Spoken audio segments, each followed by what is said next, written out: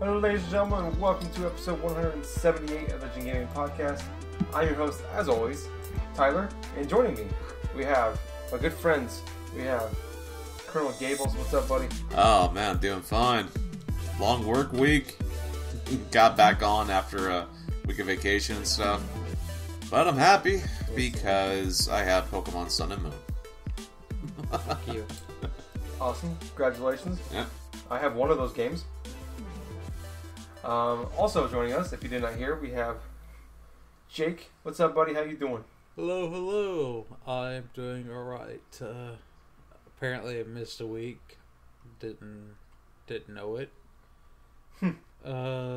Trying to find work again. Got laid off.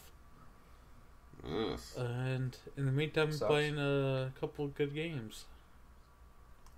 So, yeah, ready to get into this. That's good. Well, why don't we jump into those good games you've been playing? Tell us about them. Well, the first game I picked up was Diablo 3 Ultimate Evil Edition. Nice. And I have to sit up because lounging hurts after a long period of time for some reason. I guess because I'm in this shitty office chair. But the game itself is interesting, to say the least, because you get put into a world where you're either whatever class you pick. I'm not gonna say what. Fuck. I'm out of it right now. I went from awake to instantly tired in the past 3 minutes of recording. That's impressive. This show has that effect upon people. Yeah. But yeah, I played a wizard character, and went through the game, no problem. Powered through, I want to say 99% of the game on, I want to say it was expert difficulty, which is like the third tier difficulty for some reason, out of 15. And you couldn't unlock any more difficulty levels until you got to level 70, which is a pain in the ass. Got all the way through the game up to the final boss for the DLC. So, let me say the final boss for the game. I went through the final boss of the game, no problem, without dying on max setting, the highest difficulty setting that I could. And once I got into the DLC area, it was like at 5 o'clock at night. Or 5 o'clock in the morning, I should say, because... Oh, shit. It's like, okay, I'll finish this. I'll finish the main game, and then I'll go to bed, and I'll save the DLC for tomorrow. Because me thinking this is because the way the game's laid out, you go through Acts 1 all the way through 5, and not knowing how Diablo was before the Reaper of Souls DLC. Apparently, there's only 4 acts in the actual game that was released, which is weird from a writing standpoint. Because typically you have 2 acts, then you have the 3rd act, the climax, where shit turns sideways, and then 4th act, Act 4, then you have the Act 5 as the conclusion. Mm-hmm. Well, the game ended, like I said, the game ended at Act 4. I didn't know this at the time. So I beat Diablo, the devil, at the end of the game. It's like, okay, that was a weird boss fight to have at Act 4. Maybe he comes back during Act 5. I don't know. Then Act 5 picks up, and it's death, like the horseman death, I should say. Put it simple. I'm not gonna go all through all those stupid names they have in this damn game. Is it the same one from Supernatural? No. Oh, okay. I would put it closely with the death from Darksiders. Oh, okay. And combine it with a little bit of the death from Supernatural. Oh, okay. That's good. It's a good combination. And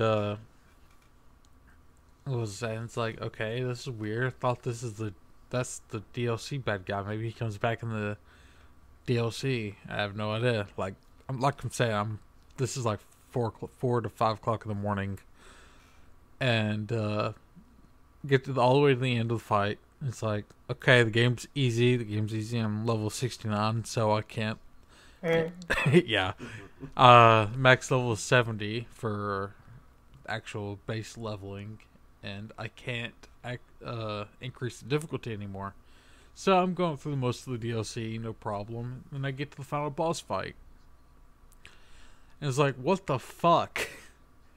It's like the difficulty shifted so freaking hard, or so fast. Like, I died like 3 times before I actually managed to beat him. And I was like, what the fuck, game? It's like, you lured me into a false sense of security when fucking, I won't say how long did I play the game. Probably about 12 hours. And bam. I'm just going to throw a brick wall at you. And another thing I found out after the game is you can recruit followers to come with you. Or you can recruit a follower to come with you. You can switch them out. You can like get a Templar. I forgot what the other ones were. Enchantress. Like Fallout-esque then, where you can have a friend. Yeah, Fallout meets World of Warcraft, because this is from the people who made World of Warcraft. Yeah, Blizzard. I was like, when I told people I didn't have a follower, it's like, what the fuck? Like what the fuck? Are you nuts? It's like, yeah, I went through the entire game on the hardest difficulty setting that I could pick, and only died 3 times, and that was at the end. Fun fact, Jake has a 12-inch penis. I wish it was true. It's actually 17. I'm sorry. I cut you off there a little bit.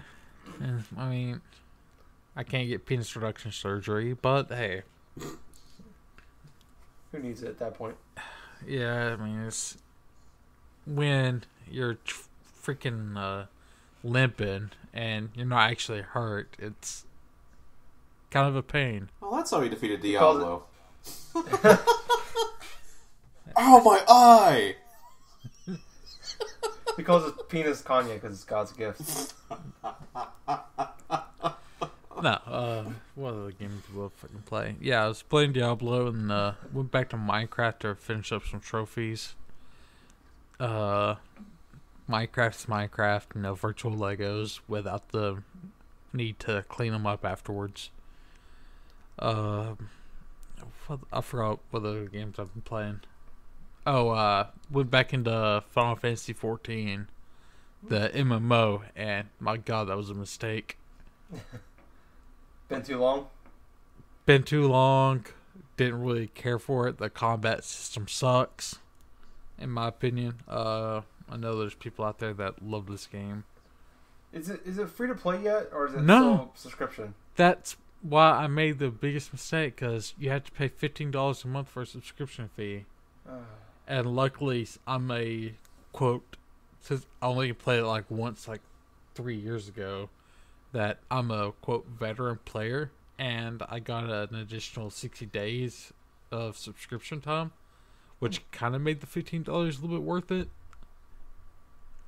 But, no, oh god, if I didn't have people play this game with, I would rip it up.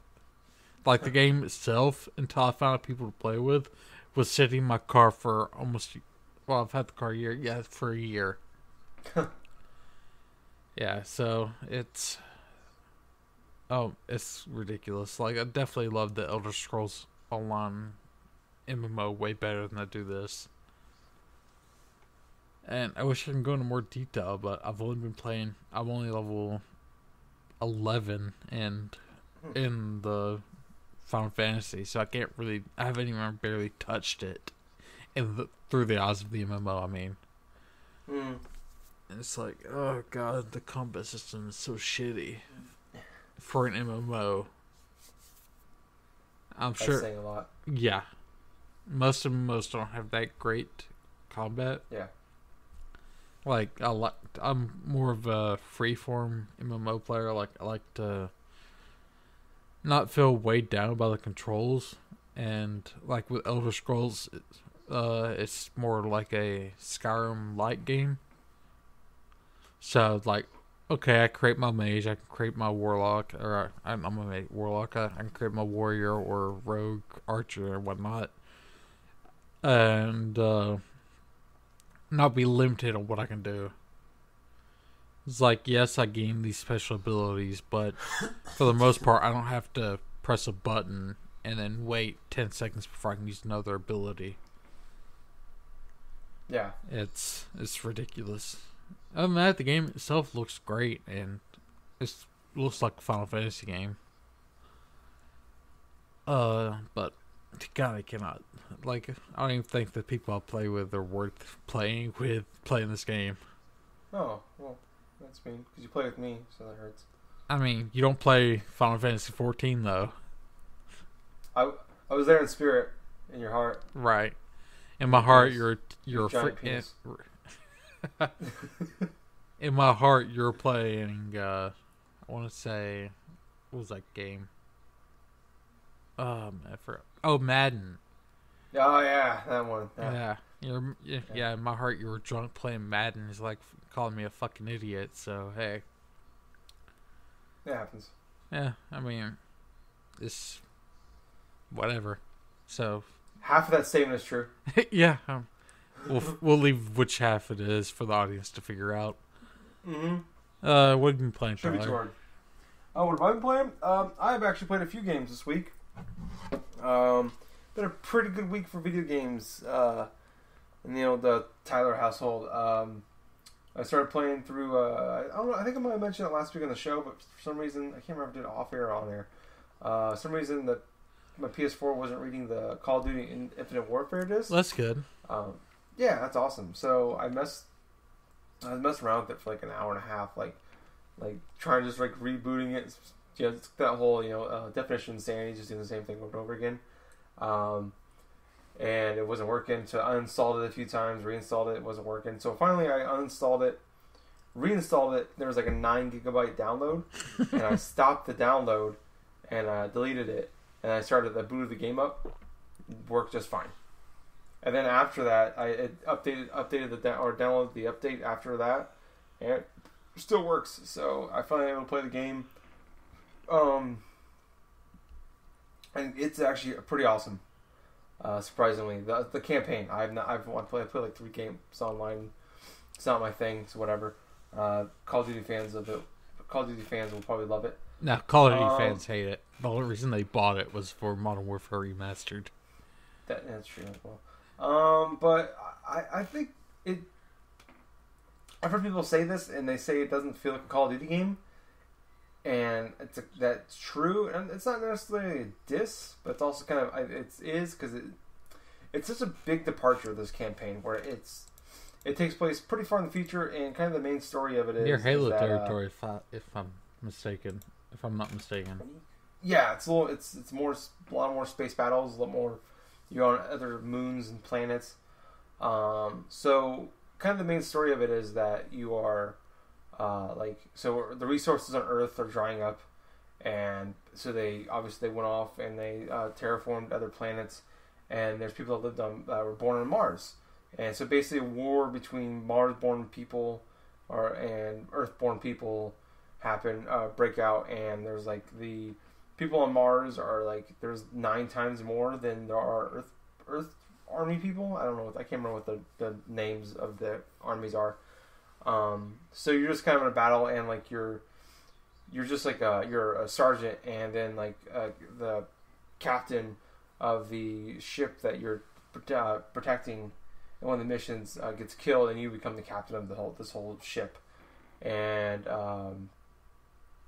it's pretty. So some of the cool things to do. I like the story actually for a Call of Duty game is pretty good, but for some of the things I like about it is one of the big things obviously is some of the space fighting when you're actually like floating in space. They do some nice things where you can actually like you start going upside down, and like you can twist and turn, and it kind of gets messes with you a little bit, but then you just press like up on the D-pad and it'll center you out, which is really nice. And just that's fun. That's fighting in that's actually really cool. Could be sometimes there's no like map, so it can be kind of frustrating at points because you're getting shot from all over the place, and it's kind of hard to find the enemies because you're in like it's just a big black background because you're in space, and you can't really tell sometimes like, who's shooting you besides like maybe a red dot on them somewhere on the enemy. And also the space fighting is really, really, really good. You're gonna fly a ship and fighting and just doing some like dog fighting is actually quite awesome. Some of the best I haven't played a lot of them, but probably some of the best I've ever played for a game like that. And it's not just like a tacked on thing. It feels like they put a lot of time and effort into this, and I love it. And what sucks is that if that was online game mode, I would probably play a lot more online. But unfortunately, you can't. The online part is just like on foot stuff. None of the space fighting, none of the ship battling, nothing like that. But you do some other cool things in the game where like there's a bunch of small like 8 to 15 minute long missions you can do. There are side things where you can just get resources, and it hurts the bad guys, and it makes some of the other missions easier because you get better weapons and you take out some of their support. So that's pretty. It's all in all, it's pretty cool. I'm liking it a lot. But the cool thing is that you can do is you find a weapon and it saves it, and you can have it 3D printed. So you can like now you can just take it to any mission. You can actually do like online kind of thing. You build it, you create a loadout. Take it into online mode. You can do the same thing when you go to every mission. You can pick a loadout. Has a recommended one. Has a one you can pick out. It's pretty cool. I'm liking it a lot. Jon Snow's in it. He's kind of a dick, which is interesting, and which is from the other spectrum. And the planets. The game looks beautiful. One of the first mission in the game is you're on Europa, one of the moons I believe on Saturn, and it's absolutely stunning. And just some of the planets you go on, everything is like it's beautiful. It's very good. It's kind of like Destiny, almost. Like Destiny, the backgrounds and stuff are absolutely stunning, and it reminds me of that a lot from that standpoint. Just kind of the aesthetic. But I'm loving it. I'm gonna keep playing through it. I haven't finished it yet. I'm fairly close to the end. I've done all the side quests that I can do because I'm having so much fun with it, and the space battling. Obviously, I do those ones first because I like those ones the most. From what you have said, it sounds like Call of Effect. Yes, that's true. Even some of the music in it reminds me of the Mass Effect. There is definitely some. It does give you that same feeling. It's not as good, obviously, because Mass Effect is Mass Effect. But it kind of anything that gives me the feeling of Mass Effect. And there's even elevators that are like loading screens. It's amazing. Anything that gives me that takes me back to Mass Effect. That's a good thing. That's not bad. That's great. That's good. Do that. And also, Europa is a moon of Jupiter. Jupiter? Yeah, okay. I couldn't remember if it was Saturn or Jupiter. So yeah, And you go on a couple other moons too so far. I've only done like a few of the actual story missions. Like I said, doing all the side stuff. But yeah, it's pretty awesome. I'm loving it. So I'm going to continue playing that. But another game that has kind of pulled my attention away from it, I've been picking up, came out Tuesday, is Watchdogs 2. People have been listening for a long time, or if you're a fairly new listener, which kind of download show that we have all the new ones. I was a supporter of Watchdogs. I'm not saying I loved the game. I'm not saying it was a game of the year contender or anything like that, but I thought it was deserving of, I think it's like in the low 80s or high 70s on like Metacritic, and I feel like that's a deserved spot for it. I liked it a lot. I liked the hacking. I liked all the mechanics in it, and that's something I've been saying since Watch Dogs. I felt the sequel, it can do that and build upon it and become a much better game, much like Assassin's Creed was with Assassin's Creed 2. Take that big leap, and I feel like they did it in Watch Dogs 2. This game is also fantastic. So, it seems like they took all the complaints of Watch Dogs 1, where it was just super serious. It was kind of a blah kind of game, as far as like just like the character and the enemies and all that. So the side characters. Outside, like they made fun of Deadmau5 in this like weird stretch of story missions in the first game. That was actually really funny, and I like that, and I think a lot of people did like that, and so they kind of took that and ran with it. Where I feel like in Watch Dogs 2, so the character you play as and his group of friends in DedSec, the DedSec is basically the Anonymous of that game world.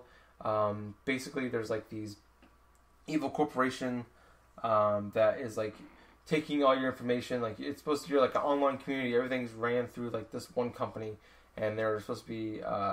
You can't hack them, you can't take them over, all this, and they're actually taking all your information. They're selling it to like health insurance people, and like they can check how many times you order pizza or buy McDonald's or whatever, or they basically track everything that you do. Basically what DedSec is trying to do is they're building, what's kind of the main thing of the game so far, I'm only like 6 or 7 hours in, is you're building up followers, and you want them to, you're trying to build these followers, and basically give you access to their information, and you're going to use that to take down these bad guys. And you're doing things and you're also taking down other crap people at the same time. So like one of the things, one of the first missions you actually do is, I don't know if you guys remember this, happened earlier in the year. There's a piece of shit guy, a billionaire that bought the a company that I remember. owns the rights to what was it? The EpiPens. No, I don't think it was EpiPens. EpiPens was one, like someone raised the price, like I forgot what it was, 400%. like some anti-cancer it was like some anti-cancer medication. I think that one just happened recently. There's actually multiple ones of these cases, but this was I'm pretty sure, I feel pretty positive it was EpiPens, or at least it was one of them. But basically, this guy bought the company that owns them, and he jacked the price up like 400% or 500%, and pissed a lot of people off. And he's like the most hated man for a long time there. No, I think the reason why he did it was to get more people to make more generics. No, I have no idea. I don't know. I'm not defending anyone because I don't have all the information. So. I don't either. I just know that for a long time this guy was hated. Oh yeah, definitely. And then he also came. So the Wu-Tang Clan made an album earlier in the year as well, and only sold one copy, and it was anonymous, like a bidding thing. And it come to find out a few months later, this is the same guy that bought the company for the EpiPens and raised the price up. Also, the one and only copy of Wu-Tang Clan album, so nobody else can hear it. So one of the missions you do is you actually go talk to Bobo Drake or Bobo Derek, whatever, I can't remember what it's called. What his name, but the name of a rapper. And there's this character that's making fun of the billionaire. And he's a huge fan. He wants to buy the one and only version of that game. So you actually make a soundboard of the rapper, and you trick him into donating. He thinks he's buying the one and only copy to the album, and he ends up donating $20 million to leukemia because in the game he jacked the price up of cancer medicine. And like another stretch of missions you're doing, like you're taking down Scientology, but it's not called Scientology. It's called the New Dawn. It's just funny. I like this more than I think of what a Grand Theft Auto or any open world games. One, the hacking is really good. That whole mechanic is still a lot of fun. They've upgraded on it. You get some cool gadgets. You get like a drone. You get this like RC card that can actually help you hack things. And like I've done the entire missions without even sneaking inside the buildings or the area I need to go into. I just sent my RC car in there and I moved around. I hacked everything and left without anybody knowing I was there. And it's pretty cool that way. But like I said, the humor is really good. I feel like it speaks more to kind of me and kind of the online kind of community, which is some of the jokes in there. It makes a lot of like. There's a whole conversation about Star Wars, which is really cool. They get like in a whole like one of the characters compares him to like Han Solo, and he's like, I can't remember. He's like, I'm more of a Lando kind of guy, and they have a whole conversation about things, and it's just a lot of that, a lot of jokes, a lot of you walk by somebody and make a comment, and it's just like a one-line little thing. And it's like I get the reference to that, and it's just the whole thing is funny. San Francisco, it's a really cool city they built. The gameplay's fine. I think it's weird that it bugged me in the first game, especially in this one, where like the big thing is you're building a community of people to back you, and at the same time you're going around and murdering a bunch of people. So that's weird. You're basically asking a bunch of people to back you, even though you are murdering hundreds of people. Which I'm actually trying to go through the game without killing anybody. You get a stun gun, and I've been using the stun gun as much as I can, just because I feel like it doesn't make sense with the character. It's just weird to me. But overall, I'm gonna keep playing it. I'm loving this game quite a bit. The characters, everything about it. So I'm gonna keep playing it. I love it. If you guys are interested in it at all, if you like Watchdogs 1. Or like interested in Call of Duty. Both these games are great. I might pick it up if you answer this one question, and I'll like your answer. Is the driving mechanics in Watch Dogs 2 better than they were in 1? I honestly don't remember. It's fine. It's not bad. I don't think. It's no better or worse than any other open world game I played. Does it feel like you're driving a heavy-ass bumper car? No. I mean, unless you're driving a big-ass van or something, yeah. Or a truck. That's it. But I don't know. I think it feels fine. I really don't... You can fast travel to like any store you want or any... You can basically fast travel to any location outside of like where the mission is. So I'm mainly just fast traveling, and then I drive for like 30 seconds to get to the location. Okay, I like that. I don't think the first Watch Dogs had that. They had fast traveling, but it was only like for certain, like most open world games, there's certain locations you can fast travel to. This one, there's like 30 or 40 like fast travel locations. So even like if the mission, like you can't fast travel to the mission, which is kind of weird. You fast travel to like a shop that's 40 meters away. So, or like a couple hundred meters away, which you just walk, or you can just steal a car and drive over there. But no, it's good. I'm loving it. I also picked up Pokemon Moon. Came out today. Today is Friday for us. I played 35 minutes of it. I haven't even got my starter Pokemon yet, so I will not talk about it. But luckily, we have a man here that probably can talk about that. Gables, buddy. The game has been out for less than 12 hours, and he's put 25 hours into him. It's very impressive. Oh, that's a lie. But anyway, sarcasm aside. It's not a lie, it's a joke. But anyway. It's also the truth. I played a little bit of it. Like I've probably played around the same amount of time that Tyler has, like around half an hour. Got my Pokemon. Is that in one game? Yeah. Okay. Yes. Yes, and for everyone listening, yes, I bought both versions. I mean, jeez. That's what I do. Why? Because I want to. It's like a tradition dating back from the original Red and Blue. And to be fair, though, for you, you played the shit out of those games. Yes. You definitely get your money's worth. I definitely do. Like X and Y, you put like 80 hours into both of them. Oh, no. 80 hours, I think. No, it was actually 60 hours inside X and like 200 and something in Y. But, yeah, those games have a lot of legs. Have a lot of leg, like, in content and stuff for me to go through, so... I am probably going to be in it for the long haul, safe to say, for Sun and Moon, to put it lightly. Rest of the year. But, yeah, I did end up choosing my Pokemon. I got a little Rowlet, that owl, the grass owl Pokemon. I'm starting with Pokemon Sun because I really like the daytime sort of mechanics. And also I kind of like the idea of playing a game which is constantly just daytime.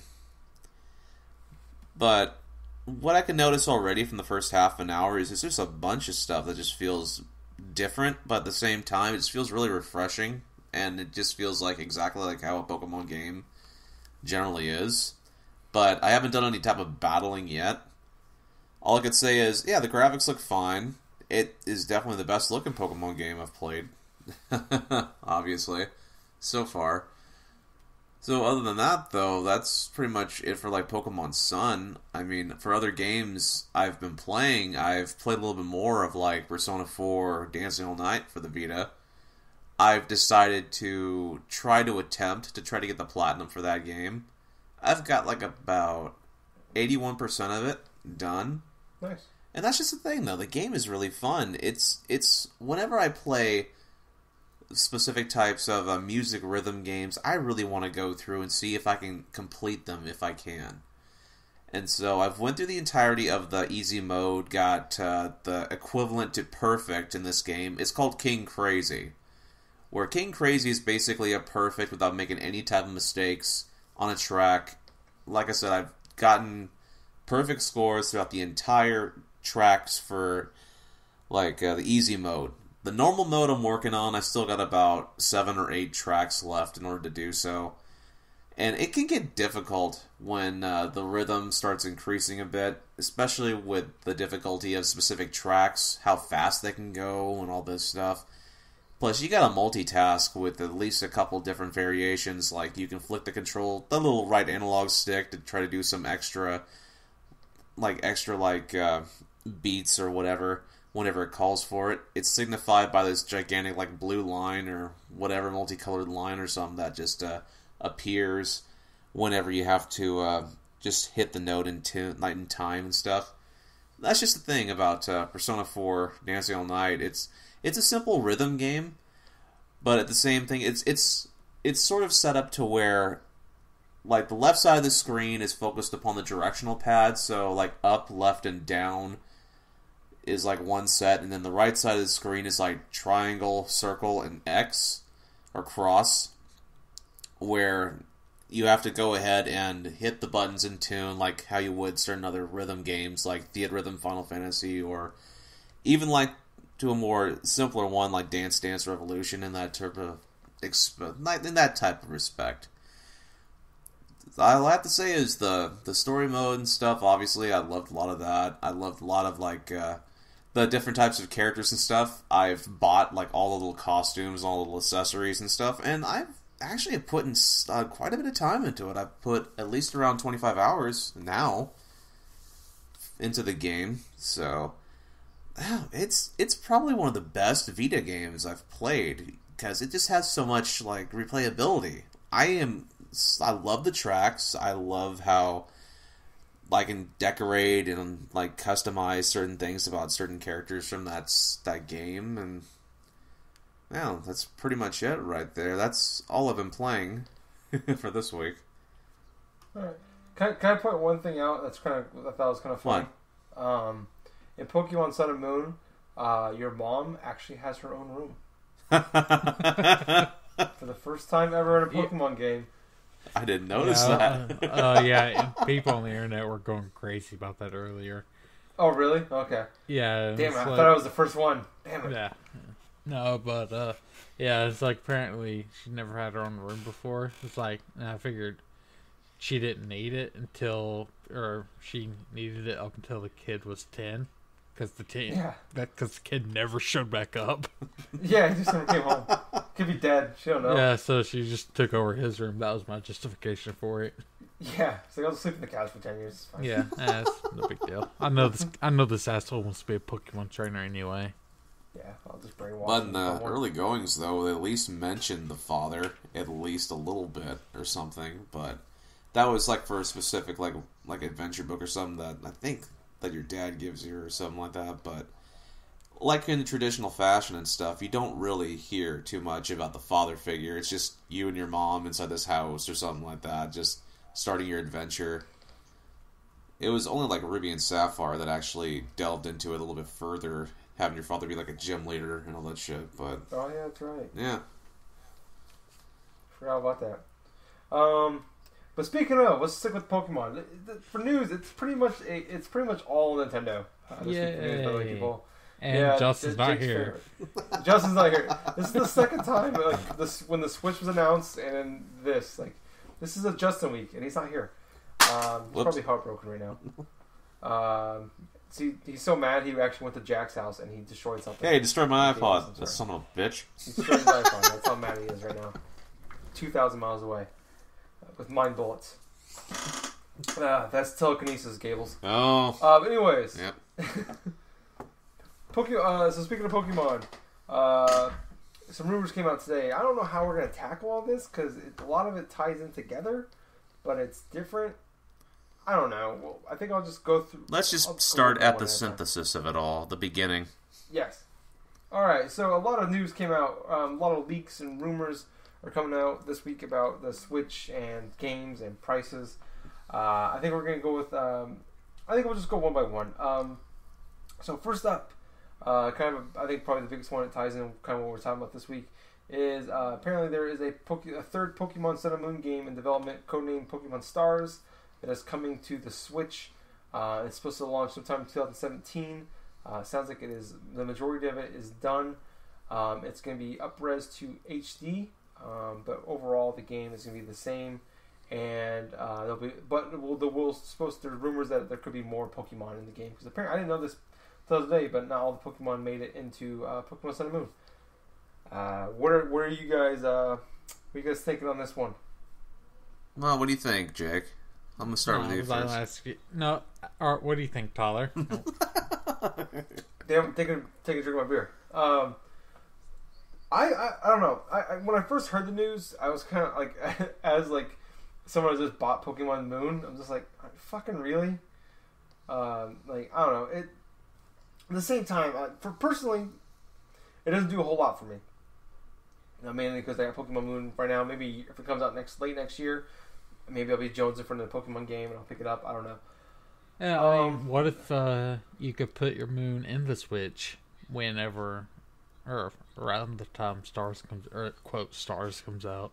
That's what I was thinking about too. Is if I was able to transfer over anything with Pokemon Bank and all that, or save data, whatever. That wouldn't do a whole lot for me either. I would like to just first start fresh, but I think this is a great step in the right direction. Something people have been talking about for 20 years now is a real Pokemon game on a Nintendo console. And that was my hold off for buying a Wii U too, because that was what I wanted. Like I didn't really care for anything else, but give me a Pokemon game similar to Coliseum or a traditional Pokemon game. Yeah. And I'll do it. I'll buy it.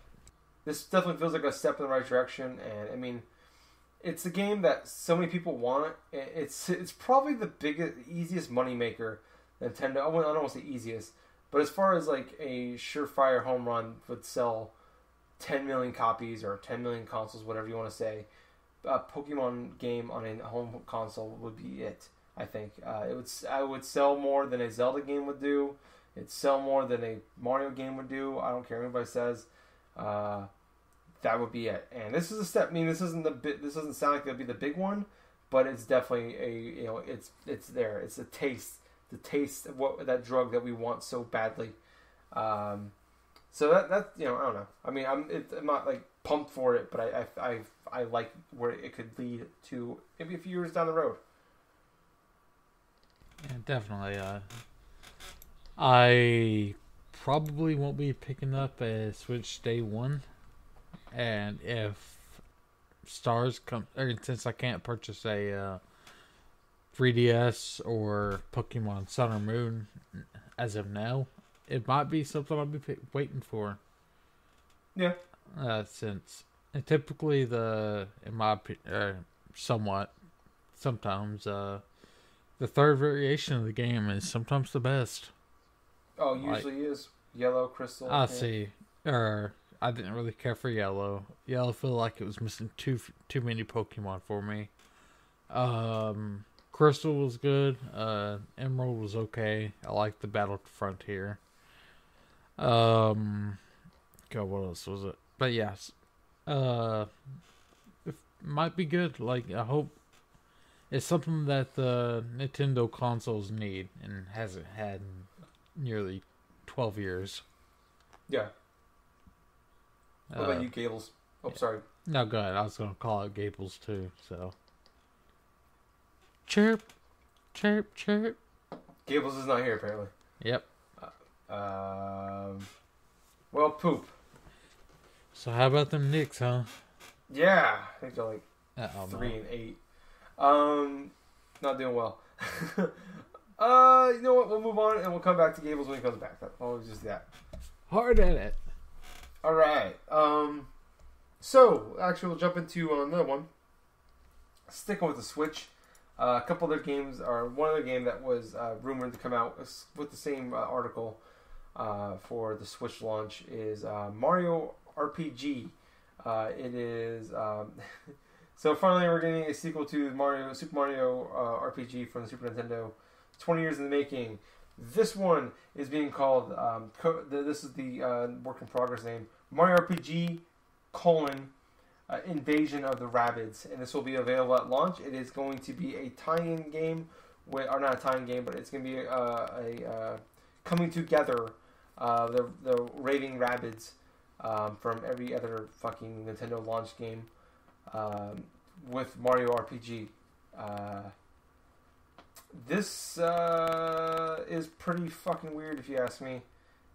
One of the weirder combinations of two different games that I can think of. I'm trying not to cast too much of judgment because we don't really know anything about it, or if this is even true. I'm kind of like, I don't know what to say about it. What about you guys? It's definitely a weird. I want to call you out off live. Typically with the show notes we have links to the documents, and the only thing we had a link for was the Pokemon Stars quote stars for the Switch. And there's no link, so it's kind of annoying not having. Well, typically people look at the show notes before the show starts, and then they. I did and I couldn't find any. I tried to find links for this stuff, and I couldn't. Yeah, I had to do it on my phone at work as I was reading about them, so I wouldn't forget them, and I just didn't go in and make links like I usually do. All right. Wasn't saying anything bad. Just saying normally we do, and it was kind of a pain in the butt. But yeah, it's definitely sounds weird. But who knows? Maybe it'll do well for them. I have no idea. I'm not a Mario RPG fan or a Raving Rabbids fan. I didn't know there was any fans for Raving Rabbids, other than that, like the Wii launch one. Yeah, I mean, it's weird. I know a couple people that actually bought the game, and I was like, really? It's like, why? I remember playing. Why don't just get Mario Party? Maybe Mario Party 4 if you can find it. I mean, they're buying a Wii game, and it's like, I'm just getting Mario Party. Yeah, I don't know. It's weird. Gables, are you back? Yeah, I'm here. All right, cool. Couple questions for you. What are your thoughts of Pokemon Stars? Not surprised. Correlates with some earlier rumors suggesting that a new Pokemon game would be releasing within the first 6 months of the Switch, launching in March of 2017. But other than that, though, I'm really kind of surprised that they would try to release one so soon. But at the other end of the table, it's like, hey, Pokemon's a big franchise. It's one of the biggest that Nintendo has, other than Mario and Zelda. So it makes sense to have like a Pokemon game available within the first year, at least, of their new console release. So, yeah, that's... For me, it feels like, what you said, for me, it feels like, okay, this would be the Switch, this would be the keystone, or the key for getting people to switch because Pokemon has been traditionally a handheld game. Yep. So it's like you can play it on the little tablet thing for the Switch, or you can play it on your TV, like you could with the. I don't know if anyone here had this, but the Super Game Boy. Yep. For the Super Nintendo, it was fantastic. No. Yeah, it was. Playing Pokemon Blue and Red on a TV was awesome. I had the Pokemon Stadium adapter, so I could play. Stadium was good too. I liked the Stadium's adapter. It was. Well, they had the you could play like Pokemon Red, Blue, and Yellow with the adapter in your 64. Yeah, the only pain in the ass about it is because how fickle the transfer pack was. Whenever you try to play a game like Red, Blue, or even when you're playing Stadium 2 with Gold, Silver, and Crystal, even just the slightest jolt in the damn thing would get a connection error. I mean, that always pissed me off about it. Yeah, I mean, it wasn't perfect. It wasn't perfect, though, but it was good for what it was. It was. Same with that GameCube, that Game Boy player and stuff, also with the GameCube.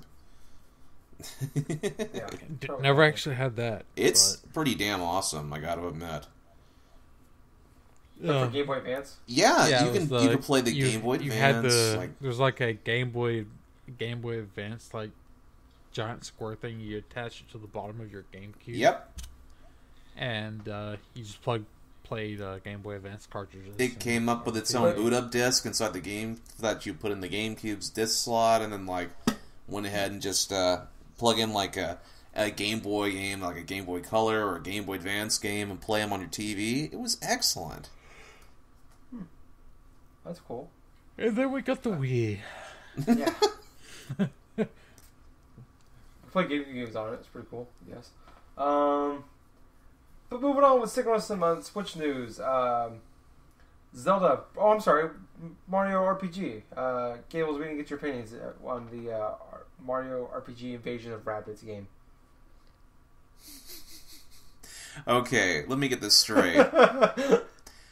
Mario RPG, right? But the main characters are going to be fucking Rabbids? They're going to be characters in your party. That don't make a lick of fucking sense. I just want to point out, as much like the Toads in the Mario RPG kind of games are awful and annoying.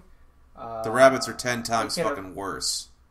Yes, and imagine those two together. They're random. They don't make any fucking sense.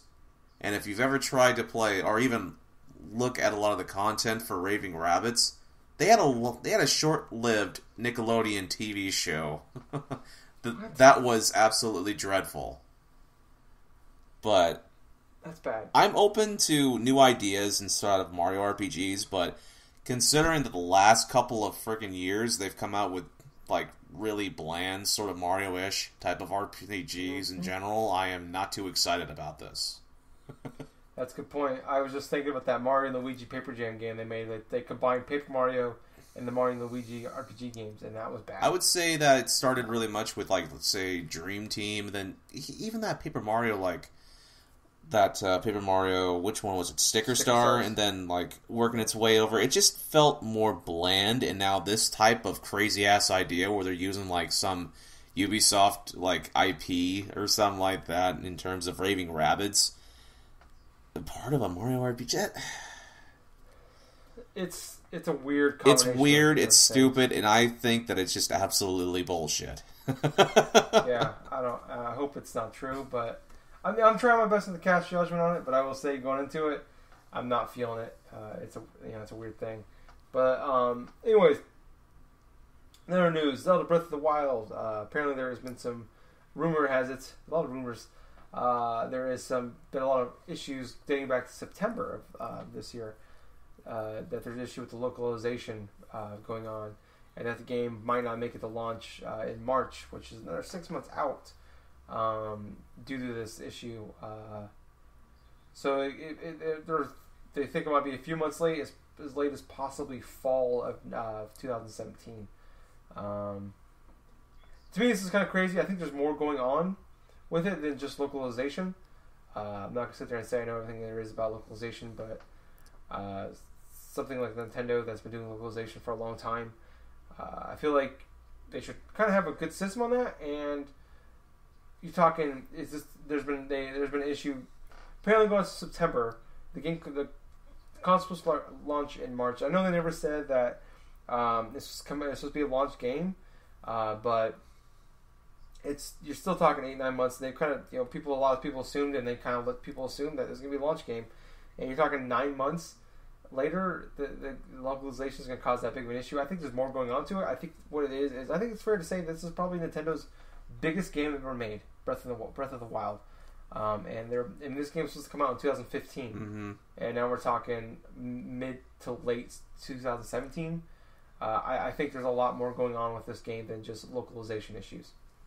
Well, most definitely, it has to do probably more than localization issues. They want to try to iron out and make this game as bug-free, and I'm using air quotes, and localization, stuff doing correctly and stuff, make it as perfect as possible to make sure this game is of good quality when they release it on the Switch. And to come to think of it, just thinking about that is okay, thinking about that and also them trying to release a Wii U version, I'm just kind of wondering if they're just scrapping the whole aspect of a Wii U version, to be perfectly honest, because the Wii U is dead.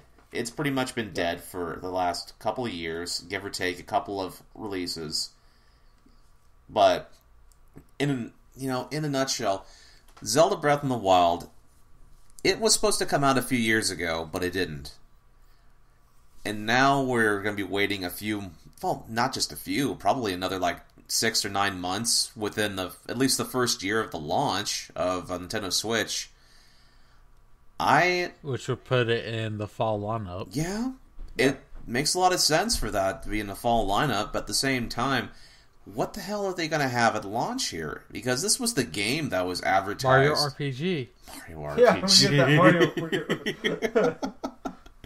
Oh god, that's a good one.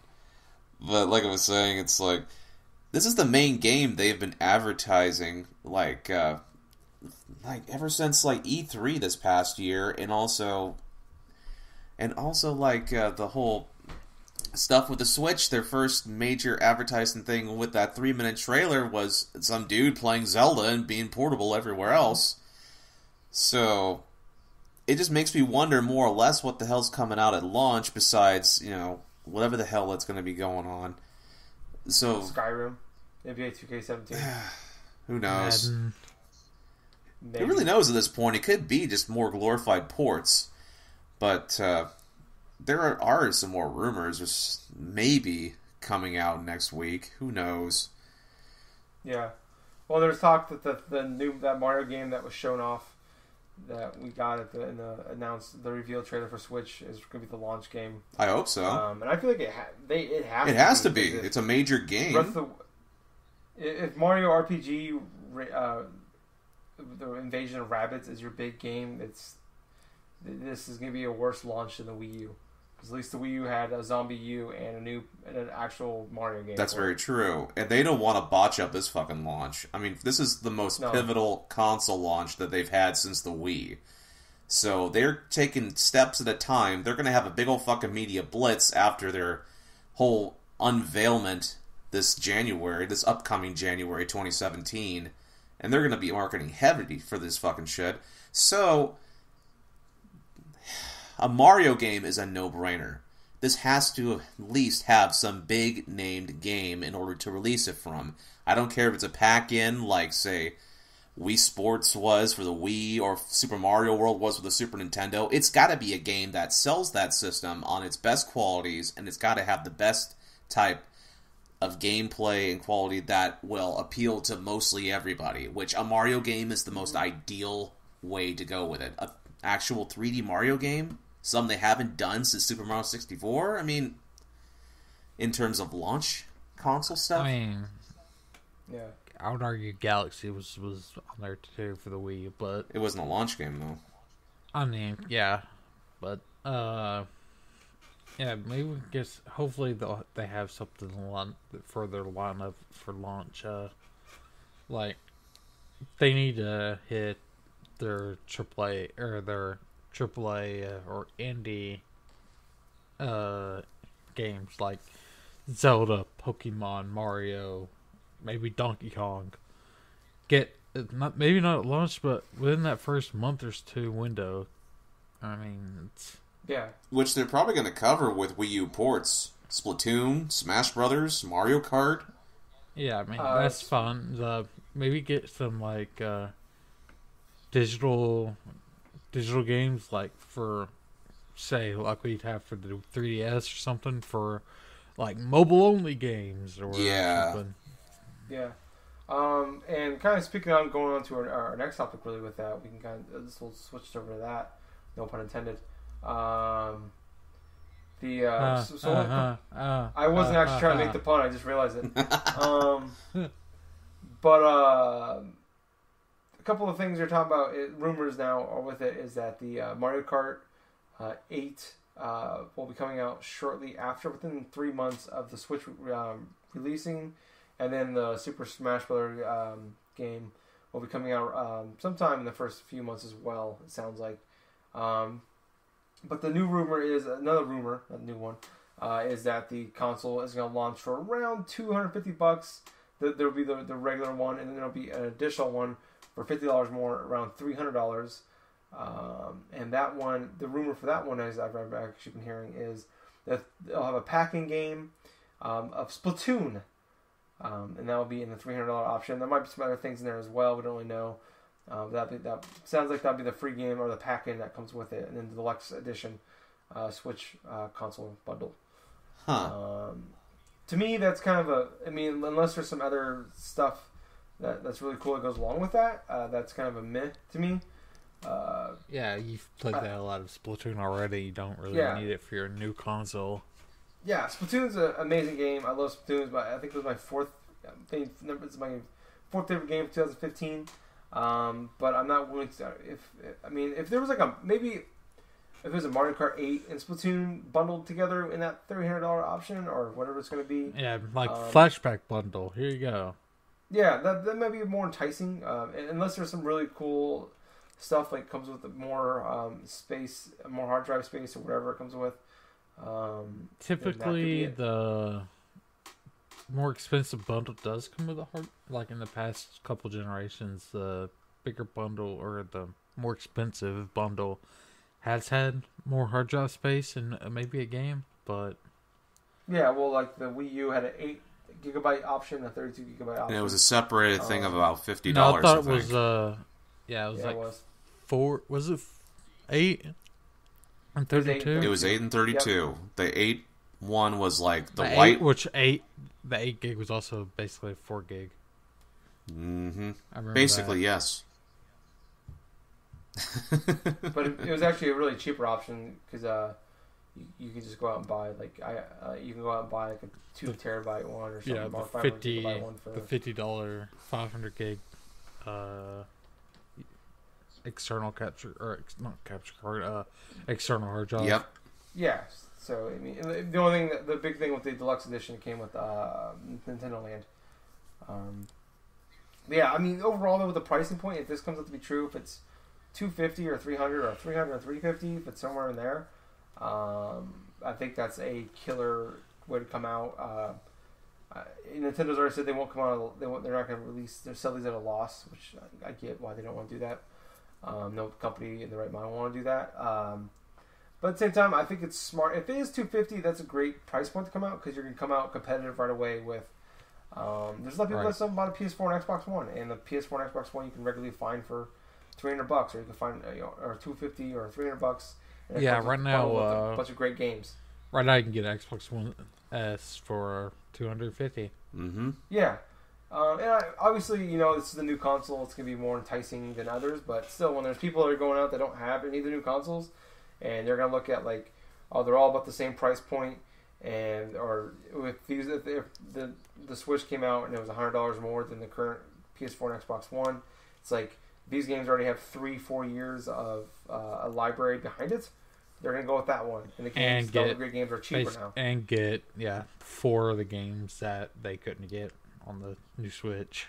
Yeah, so coming out at $250, $300, or whatever it's going to be, in that price range, that would be the perfect price point, I think, and a realistic price point. this could be. What about you guys? I think it'd be closer to 300. Like, I'm thinking 300, 350. That's what I'm thinking too, yeah. But because 250 at launch seems too good to be true. If it was 250, I might make it a day one buy. Don't quote me on that. Yeah. And I'm sure Jack, what do you think? I think it'll entirely be $250. Why? Because they got to be competitively priced with other consoles like the Xbox One and the PS4. Because, like Tyler was saying, you have the most expensive console out in the market, where others can just go forth and get something cheaper with an extended library with more stuff like that, and it's a no-brainer for the average consumer. I agree, but you can also pull out the justification. Oh, look at the new thing! This is the new thing! Yeah, that's going to be that's being on top of whatever they might have at launch. That's going to be a enticing thing. Like, it's a silly thing that a lot of people have sometimes, that they want the new big thing, regardless of what it actually is. Right. I have a temptation to get the PlayStation 4 Pro right now. I don't really need one. Yeah, I don't have a 4K TV, but I have an Xbox One S. Yeah, it's just like, I don't really, and there's that thing, and it's like sometimes, like, it's like there's a tiny little inkling in my brain that I want the iPhone 7 because I have the iPhone 6 Plus. It's like the new one's out. A lot of people have that. I'm not going to get the iPhone 7 just because it has the auxiliary cord in it. Well, that is a good point, and I do agree with it, Tyler. It's just when it comes to the 250 price point and stuff, that's also, obviously, it's a lot better of a deal in terms of, like, investing inside of it. I mean, but this, just thinking about it in this way, where it's like you have the console for $250, then you get like a $60, like whatever the hell comes out of there, like a new Mario game or something like that, and then it's cheaper than what you would get, like, say, a Xbox One S. This is just like figuratively speaking. Yeah. And it's just but the Xbox One S right now is $300, and you could come up with you get a game for it, and it's been out for like 2 months. Yep.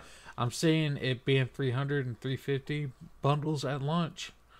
And then a few months after launch, like once all the idiots buy it day one, just kidding.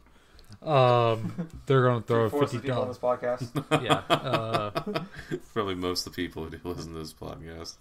They're going to do the console price drop, which would cause even more people to buy it, especially right before the holiday season of 2017. Yeah, I mean, I don't have to do a price drop that soon. The only time I'm just looking at price drops now, like for current consoles. It's just that's what I'm basing my information on. Okay, yeah, I don't know. I mean, it's gonna be interesting. Well, I guess it's right now we're getting a lot of rumors, and we're gonna probably get a bunch more over the next. We got like 7-8 more weeks before we actually see the thing on January 12th. Yep. So we're gonna be probably doing this a lot. Until then, I don't know. Actually, I don't know. The rumor podcast. Yeah, well, I mean, I don't know. I don't want to say we're not gonna do every single one. It's just a lot came out this week, and a lot of big stuff. I imagine as time goes on, we're gonna probably get a lot of smaller news and things. So we'll cover the bigger stuff, but I'm not planning on doing 5 or 6 different topics every week about the Nintendo Switch rumors. I don't have it in me. Especially after 2 years of hearing rumors about the NX. But moving on, I think, to our last topic of the day. Another Nintendo one is Super Mario Run. It's coming out December 15th for... Okay, I thought you were on the other way. No. No, it is Super Mario Run. December 15th for $9.99, coming to Apple and... what's the other one? Android, yeah. Thank you. Android, I don't know what Microsoft phones, I doubt it. It's Google Play. It's going to be on Windows Phone. Yeah, it's gonna be a Windows exclusive smart glass. Like, fuck you guys. Yeah. No. So that's coming out, like I said, December 15th, $10. They released another little tiny trailer for it. I'm kind of surprised with the price point.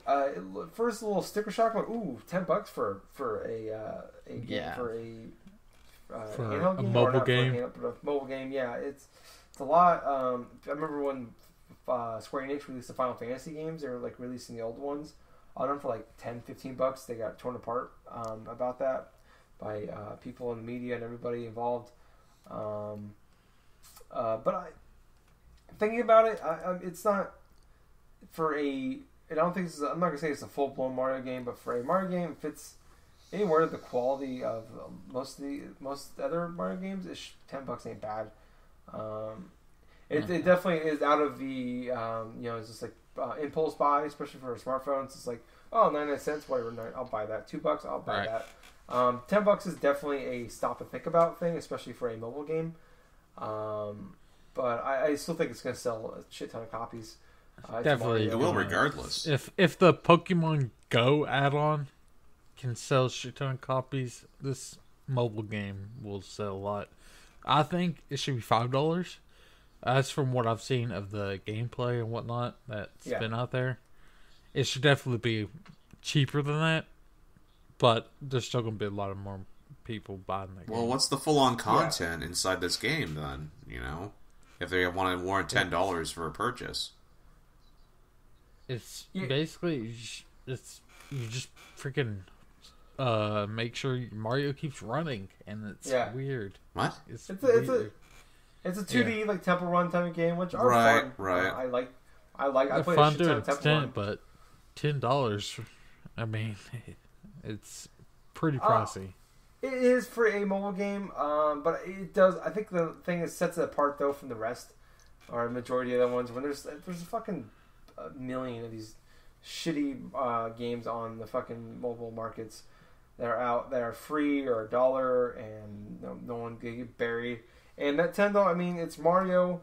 It's gonna stand out there, and it's gonna be that price point's gonna stand out. It's gonna make you. It's gonna. I mean, if people are gonna pay attention to that, just like the Switch for $300. It's like it's the new thing. Yeah, it's a new thing. But it's got a name on it. It's got the Mario on it. It's gonna sell. Right. It's the highest selling fucking franchise of all time. Mario is. So I think overall it's gonna work out. The only thing I'll say to that though is that if they do like a bunch of free updates and free DLC and things like that, or free little events, then that's cool. If they start charging like for those microtransactions, yeah, that's gonna upset me. If they're gonna do stupid like $1 or $2 for these events or whatever, that's gonna kind of annoy more me levels. somewhat. Yeah, depending, unless it's like a whole bunch more. I mean, if it's just small little things here and there, then that's where it's gonna kind of turn me off on it. But $2 you get to play as Luigi. $5 you get to play as Donkey Kong. There will be a free to start element though, where you can play a few different modes. I guess there's 3 different modes. I honestly don't know too much about everything going on with that. There's 3 different modes. There's like a regular Mario mode and a couple other ones that you can play for a couple levels of each in the free to start mode. And then if you want to purchase it, you can from there. Basically, free to start basically means demo. So I don't know. I'm gonna pick it up. I mean, regardless. So I'm not gonna sit there and pretend like it's a big turnoff to me. But yeah, I don't know. It is a big turnoff to me because I don't play mobile games. So I don't either. I mean, I got into a couple of them when I first got an Android, and then when when Pokemon Go came out, I got into that for like a week. I'm not gonna sit there and say I'm gonna play this game for 6 months, but I mean, if I'm at work, that'd be longer than I played Pokemon Go. What? I said that'd be longer than I played Pokemon Go. Yeah. But if I'm sitting at a break at work, whatever, it's like I got 30 seconds to kill, play a level of Mario, then cool, that's perfect. There's like a bunch of levels in there, short levels. It's perfect for what that thing is. I wouldn't mind a traditional Mario game. I'd pay $10 for that. Even if I could just get like Super Mario World for my phone, I'd buy that. Yeah. I won't be surprised if one day that becomes a thing. Not anytime soon. Because I think the Virtual Console stuff is still a pretty good seller. Makes a big difference for them on their the home console standpoint, but a day comes, I think putting those on like iPads and iPhones and smartphones or anything like that wouldn't be a smart business move. And I think those things with some of those games would sell fucking millions, and they'll make tens of millions of dollars off some of that stuff. But I think that's gonna be real quick. Get your stock in Nintendo before the fall or before before the start of the year. Oh yeah. I'm sure if you, it's pretty high. It's pretty expensive. I'd lucky to be able to buy one. I'm sure. That one will turn into 5, I'm sure. Maybe. But I think that might wrap up the show actually for us this week. Well, Gables, do you have a retro game of the week for us? Yes, I do, as a matter of fact. For my retro game of the week, I decided to go a little bit upon, and this is going to be a little bit of a drag right here, I'm going to go with the original Mega Man. Ooh. The original Mega Man is often touted as one of the hardest Mega Mans for the NES because of, it's especially like how difficult the courses were, how they were arranged, how the boss battles were, and this and that, though. But in my personal experience, though, playing through Mega Man wasn't really too bad. I did have trouble at first trying to play through the game, like on my Mega Man Anniversary Collection disc that I had on the GameCube, which included, like, I think it was like all 6 games plus 2 additional types of games that were never released in the US. But the original Mega Man had a lot of, like, great bosses, and a lot of memorable ones, like Cut Man, Guts Man, Elect Man, just stuff like that, where you just inherited their ability and, like, friggin' could take out the other robot masters with different abilities, and, like, remember all these crazy-ass, like, these music and stuff like that. Nowadays, it's like, I can go through the original Mega Man in, like, almost one sitting, because of how simple it is for me to go through and know which boss weapon works against what boss, and then going through the Wily stages. And, man, the first Wily stages they are still kind of tough, because you got to go through at least a couple different types of bosses. The first one being the most infamous, called the Yellow Devil.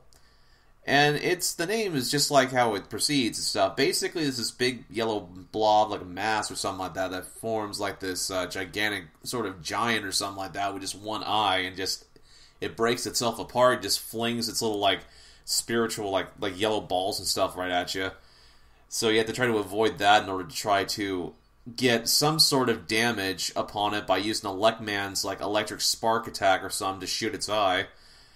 But if you were playing the NES version, there was a little trick behind it where if you paused and, like, unpaused really quickly while you did, like, while you hit, like, the Yellow Devil with that little electric bolt, it would actually whittle down the HP, like, so quickly. Like, it would whittle it down to basically almost half or almost nothing and stuff. So it would make that boss battle entirely easier.